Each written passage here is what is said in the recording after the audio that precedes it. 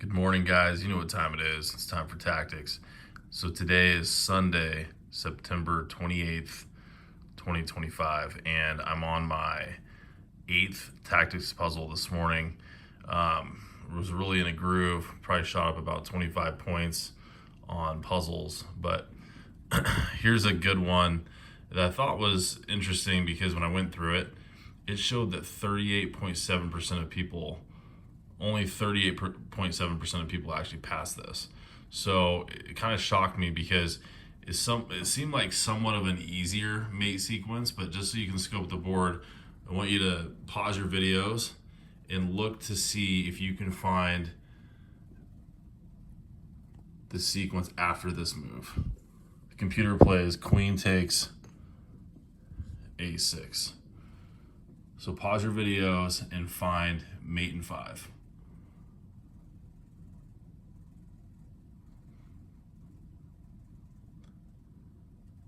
So the move is queen takes e3 check.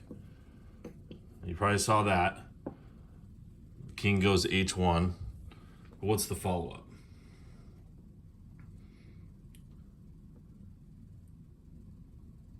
So the follow-up is knight to g3 check, sacrificing the knight. And you also need this square where the knight came from to keep the attack going. So after you lose the knight here, now you have that square vacated from the knight. Queen check here.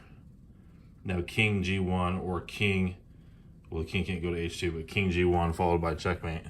But I thought that was relatively simple, but I could see where this could have been a little bit confusing for people because let's say, going back a few steps,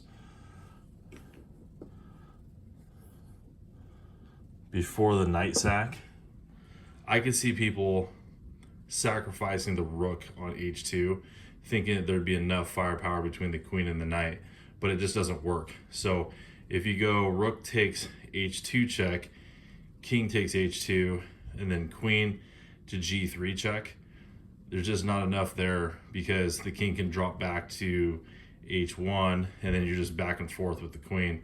Queen to h3 check, king g1, queen to g3 check, king to h1, and so it just doesn't work. And the knight can't move to say f2 because the rook would take it. So I can see where people probably thought that rook sacrifice was the follow-up play, but the knight sacrifice is, and it's a little bit creative because after the knight sacrifice, you have to vacate that square to keep the attack going with the queen check down that diagonal, because you can't go queen f3 check because the rook covers it.